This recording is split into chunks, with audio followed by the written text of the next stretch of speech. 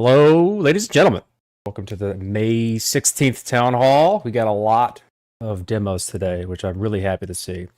I was saying in the backstage before we just started how happy I am that people are coming to me asking to show off their work. This is exactly the outcome I wanted out of the new Town Hall format.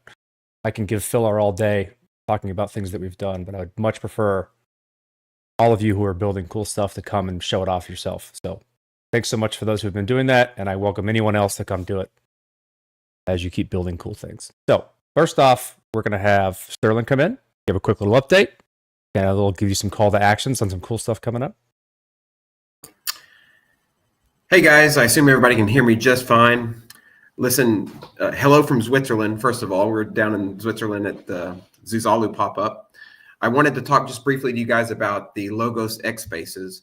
You know, we're really focused as an organization on growing the community, the open source community. And I think it's really easy for a lot of us to fall in working within the context of our own little walled gardens. We sometimes feel siloed and not connected to the greater community and the greater ecosystem. So we really want to invite you guys to start joining our Logos X Spaces. It is a great place to gain education in the greater cyberstate network state movement and space. And it's also a place to contribute and connect, especially if you've been focused on whatever you're focused on recently. And just a bit of information about that. So we do the space consistently and regularly every Thursday at 7 p.m. Central European time, and that is 12 p.m. Central Standard Time in the US. We understand that that doesn't work for everyone, right? Because there's some folks that are in Asia, and I think we're going to have some solutions for that soon, because we're going to try to really ramp up the spaces and the community building. But we would really like you guys to contribute whenever you're available. We understand that you're not available all the time, but when you can, it's going to be great. We've had really amazing guests on. So for instance, Jared's co-author from the book Farewell to Westphalia, Peter Ludlow, was on a space recently. We've had Rose O'Leary from DarkFi. We've had Timur Kosters from Edge City. So the spaces are really, you can think of it as top of funnel if you want to use marketing language, but it's how we connect with the greater audience and how we make people feel welcomed into the Logos, into the IFT community as well. So really we look forward to you to join. Sorry, a little tongue twister there. A couple of things to remember, just so you have a reminder about the spaces, is you can see we put them in the event section in the Logos Discord at the top. And then if you navigate to the Logos X feed, usually on Mondays, sometimes Tuesdays, we have the space pre-prepped and ready to go. So you can set a reminder there on X as well. And if any of you guys want to know more about the spaces, you can feel free to reach out to me and we can have a discussion about it. If you want to contribute, we welcome that as a possibility as well. Remember, these are community spaces, so anybody can come up, have a chat, and discuss what you're working on, etc. So cool, guys. Really, really appreciate the time. Much love. Thanks, Corey, for bringing me on, and thanks to everyone who's contributed in the spaces so far. Yeah, they've been great. I enjoyed the one we did yesterday. That was really fun, and I look forward to hearing more of them. Yeah, thanks, Sterling. Sure. Dropped you out the bottom. I hope that fixed my video. I think there's a weird green screen bug with StreamYard, so that didn't do it. Let me know. I'll figure something else out. Or you have to look at green screen. Next, we're going to have Danish come on and talk about OP-Chan. Rock and your video. Everybody. There you are. Awesome. Welcome, everybody. So before I begin this presentation, just a little context for people who might not be aware of what OP-Chan is. It is a 4chan-like forum that Logos set out to build that uses the Bitcoin ordinals that Logos set out to.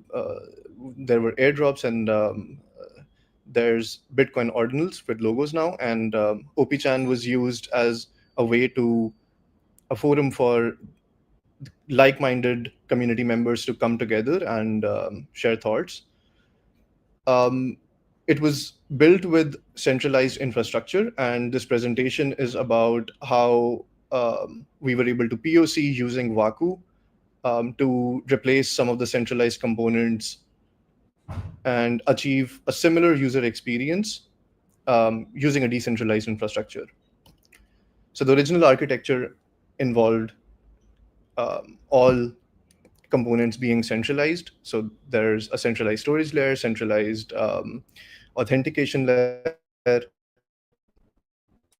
and our implementation goal while we worked on this POC was how we can achieve similar user experience without compromising usability, of course, and also the infrastructure being decentralized as much as possible. So some of the building blocks that we ended up implementing were having the Waku network being the only communication layer. This means all the forum posts, cells, comments, upwards, downwards, all of them are being communicated within the application over the Waku network. We have the Bitcoin ordinals as part of the authentication into the forum. So you will have read access if you do not own an ordinal, but to engage with the forum, Bitcoin ordinals are required to authenticate yourself. Hey, Danish, can And you zoom in a little bit more? yeah, More zoom. yeah, More zoom. There we go. more Zoom. Yeah, That's good. awesome. Thanks for that. Yeah, and then we are also thinking of how different cells that are created by different communities can be moderated in a more decentralized fashion, where not one entity has complete moderation enforcements, so to say. And yeah, generally, decentralized networks theoretically are more resilient to infrastructural problems.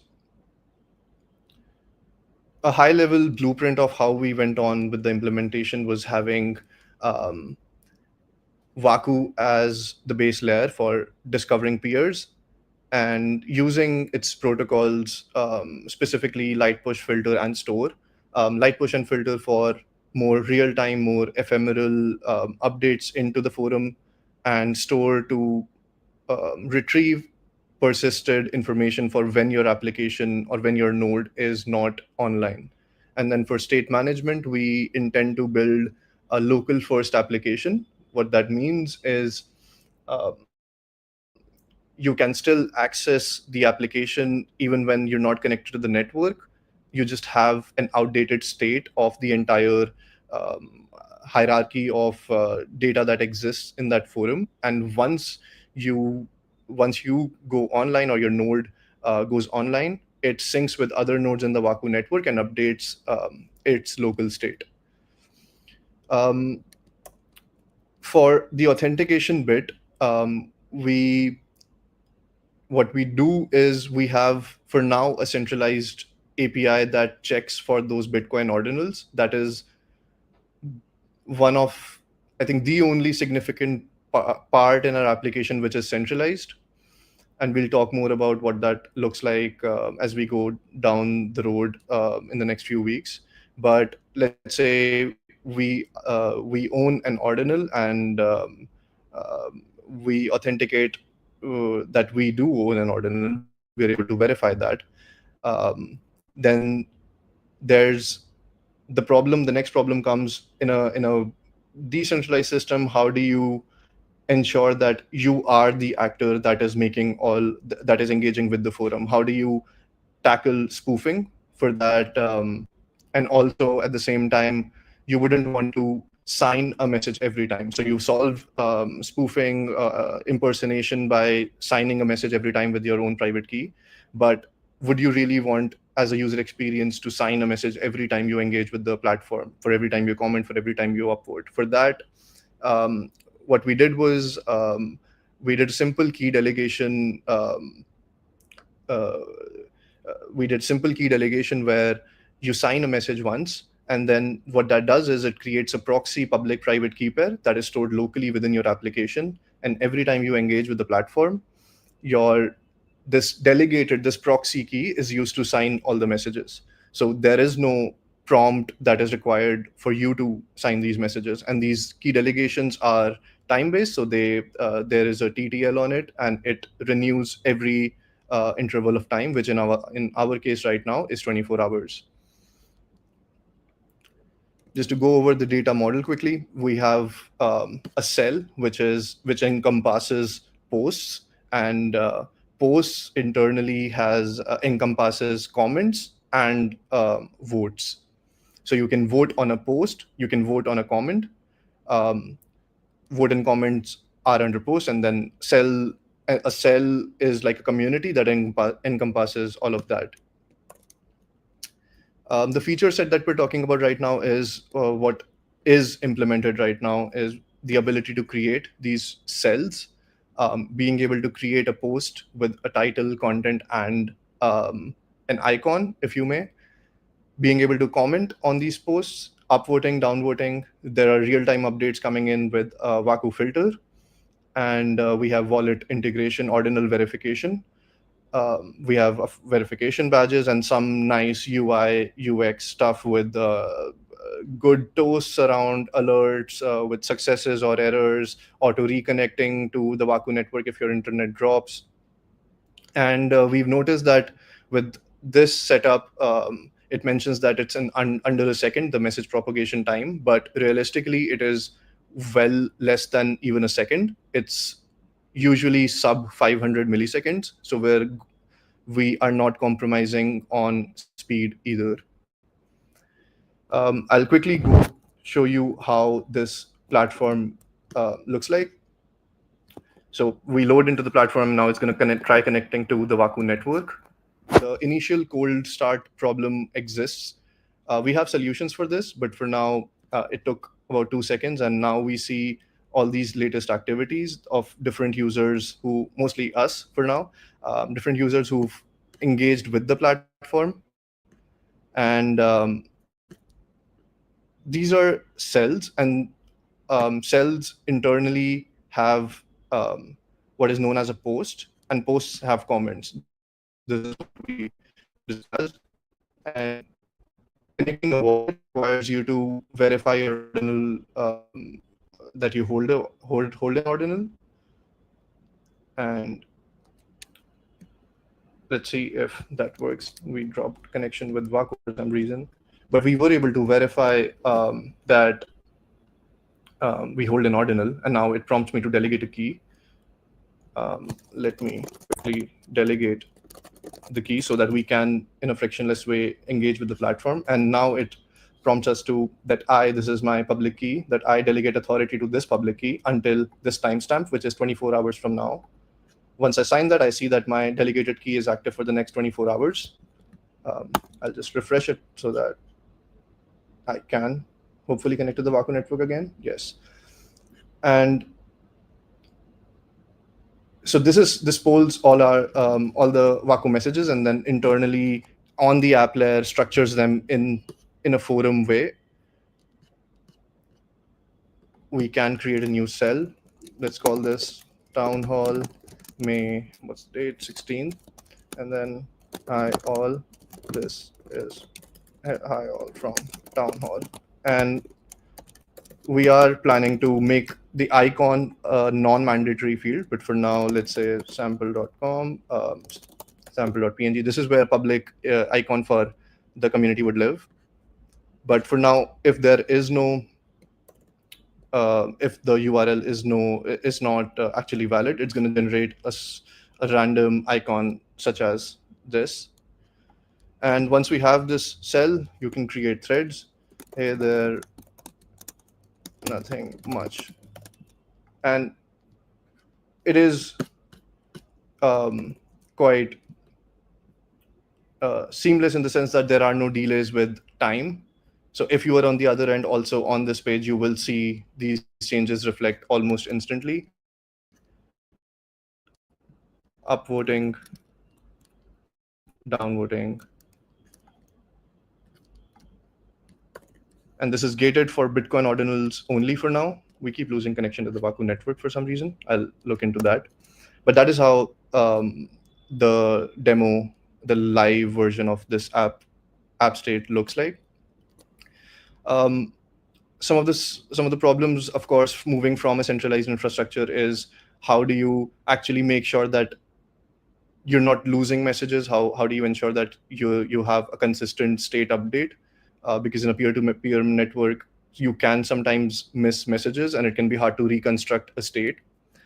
For that, of course, we're using filter and light push at the base layer, but we're leveraging the store protocol to fetch a persisted state of all the actions that happened over an X period of time in the past. For identities, we're using Bitcoin ordinals, and this is centralized for now, plus a key delegation system, which is sign once and use all day. Also, for consistency, we're signing each message that we send. We're encrypting each message that we send out in the network. So if it's an upvote, it is also signed by the delegated private key, and it is reconstructed when it is received on the other end. Just some comparative analysis. It is cost efficient relative to centralized infrastructures in the long term, because Waku is free right now. And even if we do eventually go down a revenue path, it will still turn out to be theoretically cheaper. It is private and censorship resistant. There is no single entity that has control of the infrastructure. And similarly for network resilience, which draws down from the decentralized infrastructure and user sovereignty.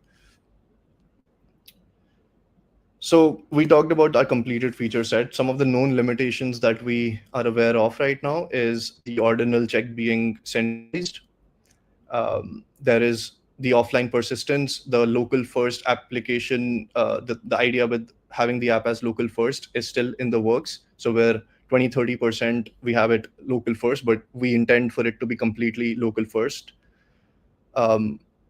Conflict resolution is a problem that will be solved with a new protocol that Waku is implementing called SDS, Scalable Data Sync. There's the cold start problem with an initial data load from the network. We have ideas of how we can solve this by having a persisted Waku node running in the background as a service worker, and all apps that consume Waku can poll that service worker instead of starting a new node every time the app loads. Then the key delegation flow and the authentication might not be the best UX. So there are some UI UX constraints, and these are some of the things that we intend to work on as we take this forward. Some vision, again, is having maybe some sort of reputation system, and this is just, these are thoughts that came up, and this is not set in stone. We are open to feedback of how you think we should take this app forward and what might be cool. Some of the business impacts we thought that would be cool for logos is maybe having, let's say, a DAO governance board where each cell represents perhaps a DAO and their discussions. Having a reusable technology stack is something that was talked about at the All Hands this year, where the idea of logo score up to some extent, and maybe also having NFTs or like specific communities come on board onto this platform and having cells of their own, or maybe whitelisting this entire forum in some sense and creating a separate parallel to OP-Chan for them. And some monetization opportunities is having maybe some premium cells. We've seen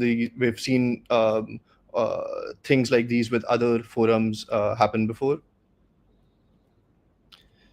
And yeah, the call to action is try out the POC. It is live. The link will be somewhere, but it's a simple URL. It's vercel.com/opchan, but the link will be around in the YouTube somewhere. I think Corey will help with that. And yeah, join the Discord. If you have ideas, reach out to us on the Waku Discord or the Logos Discord. And this is still very there's a lot of discussion warranted for the app and its next few steps ahead. That's it for me. That's really Any awesome. I love questions? this. I a long time ago, back when it was just Bitcoin and Litecoin, I did some financial modeling on a three-sided marketplace between creators, curators, and consumers. It had this really interesting model that like allowed for like a natural incentivization for content creators and curators to surface good content to the top instead of having algorithmic recommendation systems. So like I wouldn't mind looking at that with you in terms of an incentivization mechanism, because assuming that gets well, communities basically service their own content to the top based on what they think is good, and you can earn fees off of just the process of the transactions. Yeah, there are a lot of cool things possible with this. I think uh, yeah, just the concept of having a forum. For example, we're within the organization, we also consume the WAC forum, or we have a Mm-hmm. centralized forum, and I think there's a possibility of it to be substituted with technologies like these. And I think the real push also comes from the fact that we have a very similar user experience. There are no major user experience trade-offs that we are seeing with this app, at least for now. Maybe as the app scales and as there are more updates within the network and that need to be reconciled, maybe things change. But for now, I think we're in a good place. Is it easy to use other methods of token gating? This is yes. The simple answer is yes. And I think there are already some. Uh, I think People Ops from Logos was wanting this as well, where we make it more open, maybe make it more the authentication be more pluggable. I think Jared also suggested this at the All Hands. I could be wrong. I wasn't present at the All Hands, but yes, the answer is yes. Where does the discussion go? Because clearly there's people that are interested. The discussion can go in there's a logos operator channel thread or channel in the Vaku Discord. I'd be happy to link it within Yeah, the throw that in the town hall in YouTube. notion, and then, or yeah, that too. Awesome. Thanks, Danish. Let's see. All right. Up next, we have Kai Chow to give a presentation on Waku metrics. So coming to the stage. Where did your presentation go, Kai Chow? I don't see it here. Yeah. Can you share your screen again? Okay. Yeah. Let me share my entire screen since I need to use a desktop application. There you are. Okay, great. My topic is about how to monitor Vaku-related metrics in status desktop application. Since when it depends on Docker services, it's only available in desktop application. I have a little image here. In a generic Vaku network, you have different nodes, Vaku nodes, to connect with each other and relay messages. I didn't point out each node may have their own protocols built in this node or selected running in this node. We did differentiate in this image. Here we simulate a scenario that Alice wants to send a message to Bob, and they're using status desktop application. The desktop application has a few services. One is a wallet service to custodian your assets. Another is Waku services, node instance to connect with Waku network and sending and receiving messages. Similar for Bob's setup. We want to get the metrics from the status desktop application into our Docker services, where it depends on the permissions to collect the metrics and showing the Grafana dashboard. This is what the current Vaku metrics architecture looks like. I will be showing how to set up this setup in your local development with status desktop development, if you're interested. Also, hopefully this monitor services can help you debug the status application, especially the status Go backend code.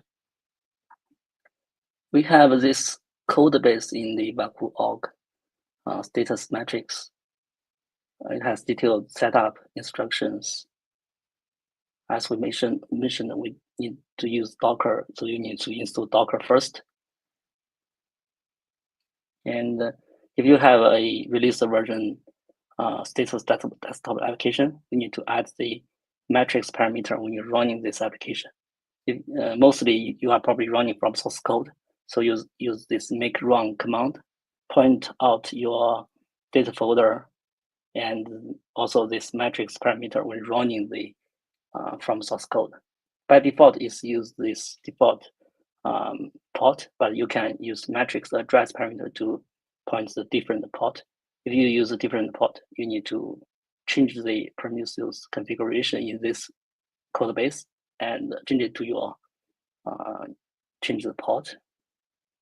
Once you have the desktop application running, you create an account and log in. You need to ensure the telemetry settings is enabled in the advanced setting. We'll be showing this item later. After enable this setting, you need to restart app to make this setting actually work. After the application is set up, we need to run the Docker post up to start the Prometheus and Grafana services to collect metrics and show the metrics. With the Grafana, we can access the local first 3000 for the website. Use the default admin username and password.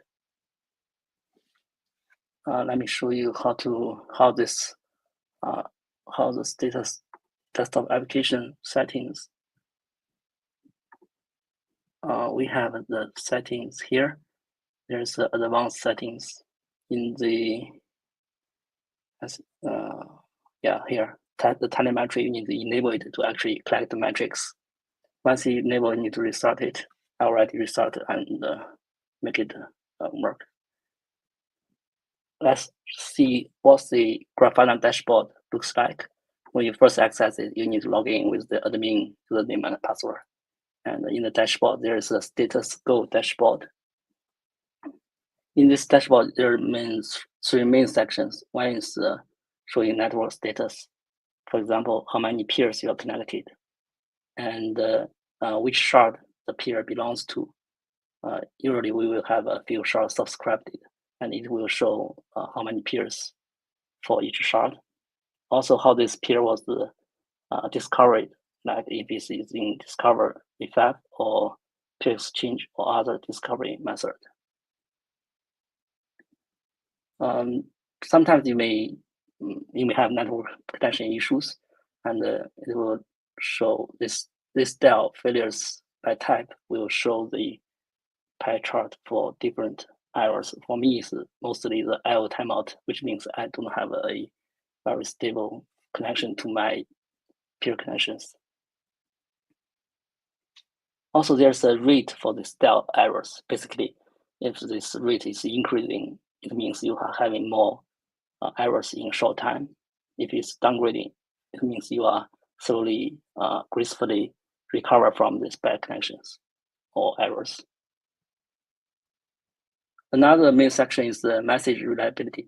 In status go, we have two ways to ensure the message is sent out to or received is reliably sent to the recipient.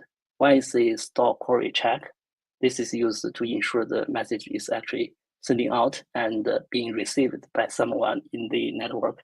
Usually, since it's the store query check, we are checking against with the store node to ensure this message is related in the network. Also, backup in the store node for a period of time. There's no data yet. I will be sending some message later, and we can see the chart changes. Another way to ensure the reliability is the MVDS protocol, which is the receiver will, when the receiver receives a message, it will send a acknowledgement message to the sender. And this acknowledgement message will be showing here to see that you are having actually, the message actually reached to the receiver. Let me send a few message. from Alice to Bob.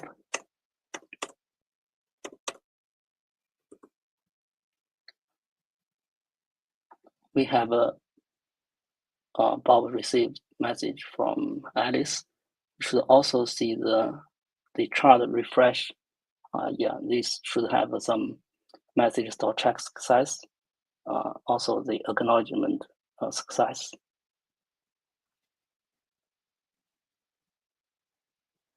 We have another way to, if you are notice offline for some time and go online, there may some unstable network connections. You may miss some messages from your contacts. So we have a store query to regularly check if you have some missing messages, and you will fetch the missing message from store node. And here is trying to see monitor how this component works. And if the message error chart is for if you are sending out a message but have some error, it will show some data. We don't have this data, so it's empty. Another section is for bandwidth usage, since improve the bandwidth usage in status application is a pretty important task for us. We have this section to help us to identify how to improve this task. The first chart is about the message count, different messages, how many different messages are sending out by different message types. You can tell there's chat identity, chat message, and other message types will be showing here. So we can target a specific message type and see how to improve this bandwidth or reduce the message count for this message type. Also, there's a pie chart to better show the latest state of different message type going out. We also have this line chart for how many bytes actually sending out by different message types. There's a little thing need to take consideration is that data sync is actually not a message type, since a lot of message type relies on data sync or MVDS to sending out the message. And data sync is like a category trying to include a few other message types. So it may have a higher number. Also, the reads of the bytes of sending messages by different message types is show the recent time in the time series, how this message rate grows or decreases. The message traffic chart is showing how many messages are going out and how many messages you are received. Also, the message size rate is about the average message size in bytes for the outgoing messages. I think this is the main content of this Grafana dashboard. I don't have further things to share. Is there any questions?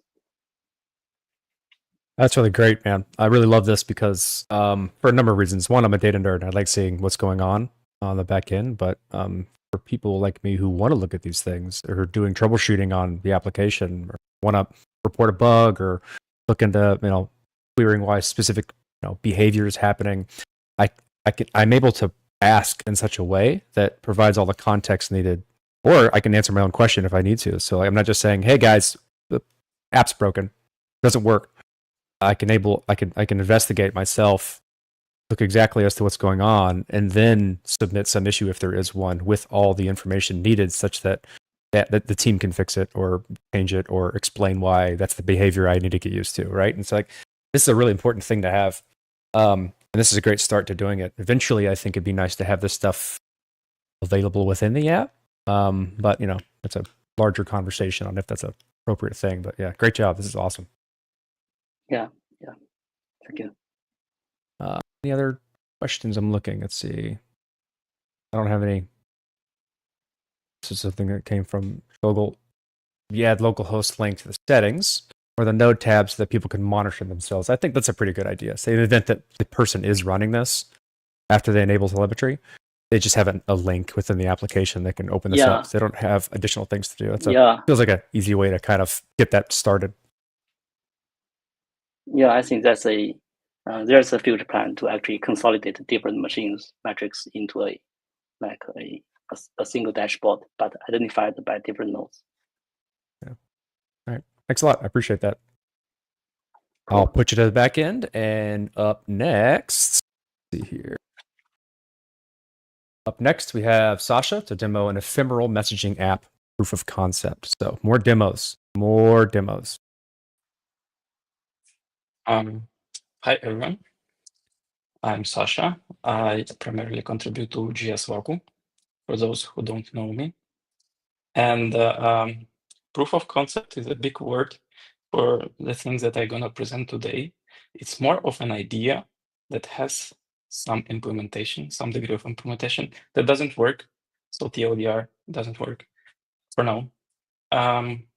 But this is something that we got inspired in Croatia during our little nice retreat, and we organized in a small working group, and we are trying to push out there to enrich IFT ecosystem. So yeah, just a nice picture. So why do we need another messenger, right? So right now what we see out there is privacy-oriented people is very hard to please. They have sometimes unrealistic requirements to an extent of being super proof to anything, like even if someone owns your device.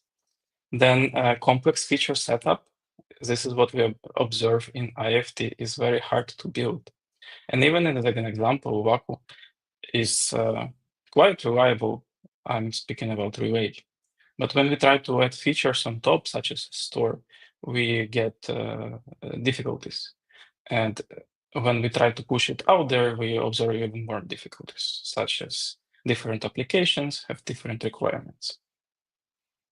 And what we were thinking of was what actually we can deliver to community that would enrich IFT ecosystem, that would rely on IFT technological stack, and that would work. So what we came to be is a single-purpose messenger that is about only sending messages, and single-purpose cryptographic identities that are working on device. These are not wallets. These are, plain in a nutshell, just cryptographic identities you can discard anytime. And another thing is that history of your messaging gets read once you are done. So if you close an app, that's it. Nothing is stored. Nowhere. No one can read it. No one can resurrect it whatsoever. So, yeah. Sorry, 1 second. And how we want to do it is on-device encryption, as I mentioned, on-device storage, gossiping over Vaku, the best part of Vaku, let's say for now, and one feature and one specification, so that community can know how to use it, even in the less of the when we have some community members that are not very technical, let's say, and one specification that community can follow what exactly happens. Of course, I mean public code as well. So here are some links. One, I will walk you through some basic specification. It's very plain, it's very simple, and it's very naive. So don't judge me hard on that. And there is an app published that I mentioned. It doesn't work. Please don't try to use it as it is a real application, okay? So some demo. Here is proof of concept of this application and how how it should work is that you can create an identity anytime you want. It's going to be a new identity. And we propose to use passkeys for different reasons. One is that because they get executed in the trusted execution environment, so that it never leaks even to the app. So even if app wants to steal your private key, it's not possible. So you own it because you own the device that this is stored at. If you want to initiate a conversation with someone, you have to invite this person, and the identity are going to be created ad hoc only for this particular invite. So this is one-time identity code, one-time invite for only one person. And there will be a new cryptographical identity derived based off your root pass key that's gonna be used to invite a person to communicate with you. So if you do so, a contact request gonna be sent and signed, and and if it gets accepted, you will end up having a person in your contact list with which you can start messaging. And if you want to start messaging, you can start secure chat. Both parties has to be online, as this is the device-to-device communication direct one. We can think of ways around to improve it, like sending the requests in the background or something. And when you start the secure chat, we will be waiting for the response. Unfortunately, this is gonna time out right now because Alice is not online. She's not a real human being. And we can cancel it as well. And if we are done with this person, we can delete this contact and this person will never know who we were.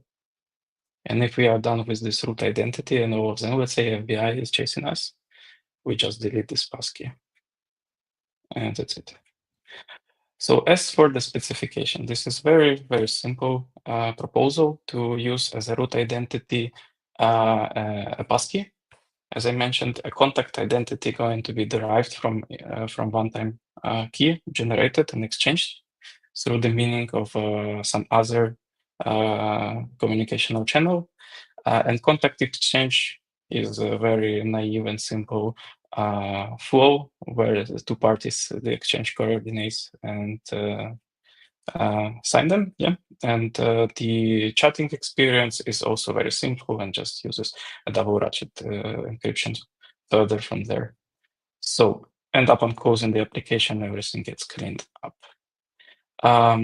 This is it for the demo, and then next steps. So yeah, make it work.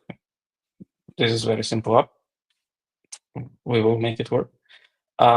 We can enrich status with having an interoperability there, so that, like, privacy maxi can have one-time identities and talk to people on status. Like a nice little idea we came up with. And then, as I mentioned, we should rely more on trusted execution environments and secure execution modules, so that we can be sure how data is handled. We can just use, let's say, browser tab as it is, because there are a lot of risks of losing data to an extension running in the background. Not nice. But what I want to leave you with, actually, and this is to experiment and to build.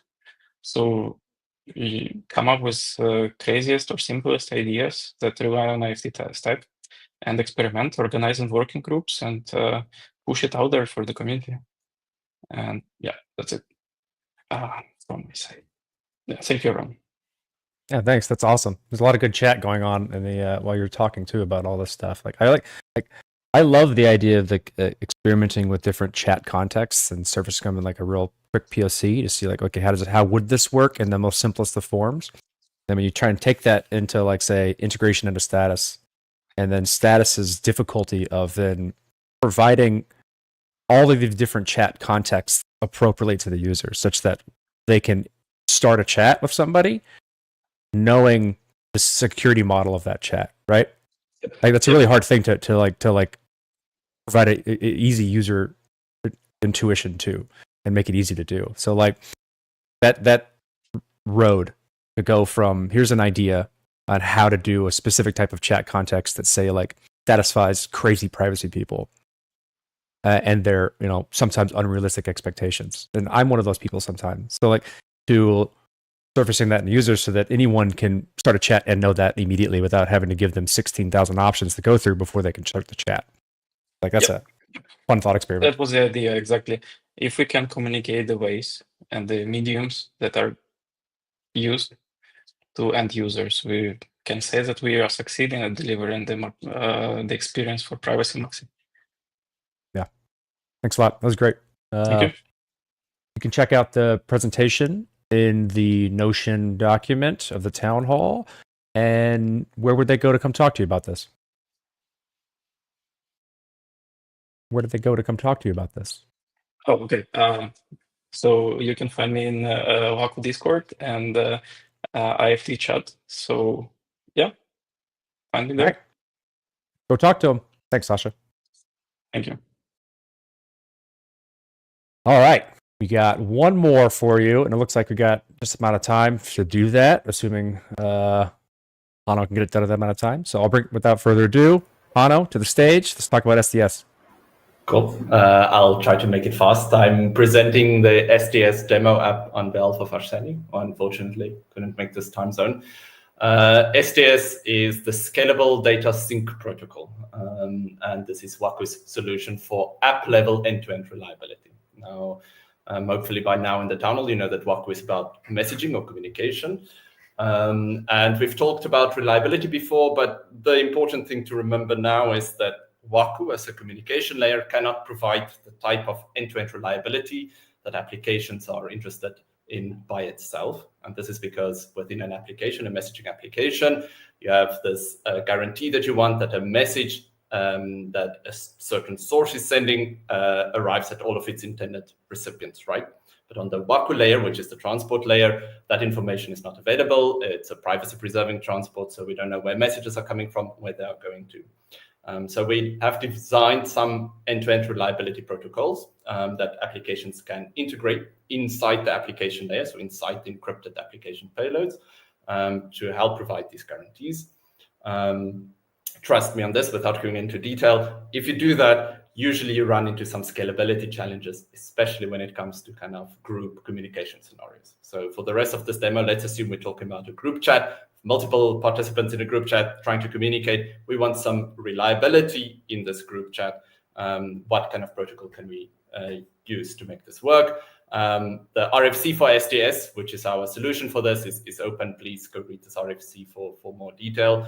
I think this motivation part here is quite important. So the problem of end-to-end reliability is stated as ensuring that all participants in a communication in our group chat eventually see the same sequence of messages in the same causal order, right? So in the literature, this is usually eventual consistency, same sequence of messages in the same causal order, so partial causal ordering, despite any challenges in your communication layer. So Waku has latency, some losses, there might be scalability issues. You want to add something to your application protocol that overcomes all of these and provide guarantees for reliability, right?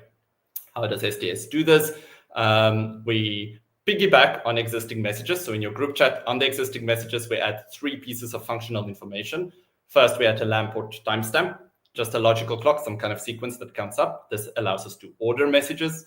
We add causal history, fancy way of saying that when you publish a message, there's some references to messages that just preceded this one. So maybe you sent a message and you just say, oh, but just before this message, I saw message X and Y. So there's causal history attached to your message. And then a Bloom filter, which is kind of magic maths that just gives some kind of summary of a longer window of history. Right. Okay. The operation of this might be a bit complex to understand, but essentially what it allows you to do is some things that you couldn't do before, right? So in this group chat, it allows a sender of a message, a publisher of a message, to determine that the messages that this publisher has sent has been acknowledged by one or more of the participants in the group. So sent messages can be acknowledged. And maybe a bit more difficult to put into words, on the receiving end, if you receive a message, you can now kind of check if if you might have missed messages that should have preceded this one and that you somehow haven't seen. So maybe your chat application was offline for a couple of seconds. You didn't realize you missed a couple of messages. Now, when you receive a new message, you can kind of see, okay, I need to wait for 2 or 3 more messages to arrive before I process this one. This means is that received messages can first kind of like go through a process where you retrieve missing messages that should have preceded them. And then these received messages become what we consider delivered. So received and delivered are important words because you're going to see them now. Now, as you can hear, it is kind of complex to kind of explain all of these things working together. And this is why Arseny created a really great demo app, which I think anyone can access. In fact, if you type very fast, you will be able to join the live demo right now. And I'm just going to create 1 or 2 tabs. And what this should be doing, if it's working, and Arseny's words are, it has never not worked. Let's see if some of them have loaded. Yes, I think so. Okay.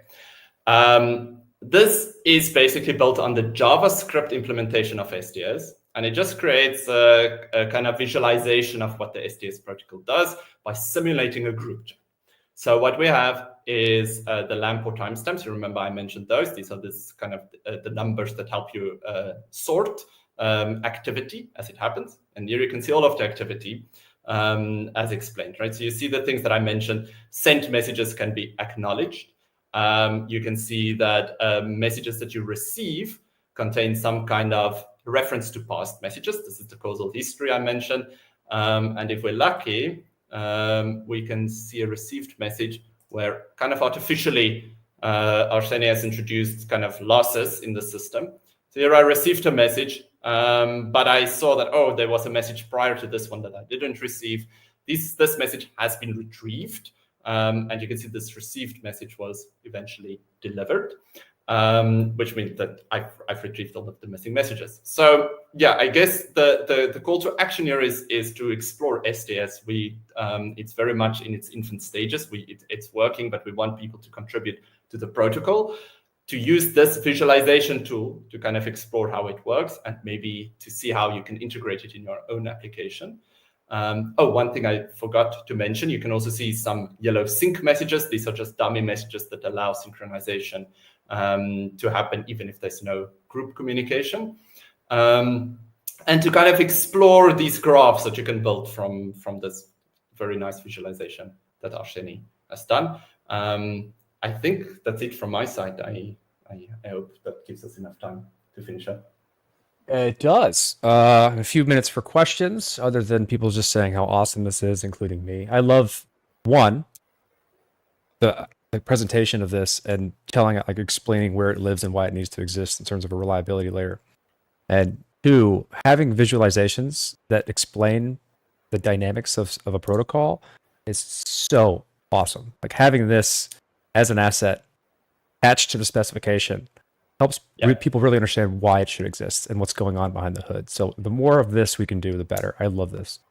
Yeah, and in fact, Arseny pointed out to me that we can see that some of these sent messages are not being acknowledged, which is now showing us that there's probably some kind of bug in the implementation of the Bloom filter in JS.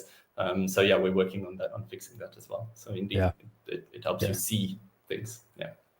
So kudos to finding an interesting way to visualize this type of stuff, because that's not straightforward, right? Like even people who do protocol implementation and creation don't necessarily have intuition on how to visualize things. It's a really hard skill to do. So like, keep going.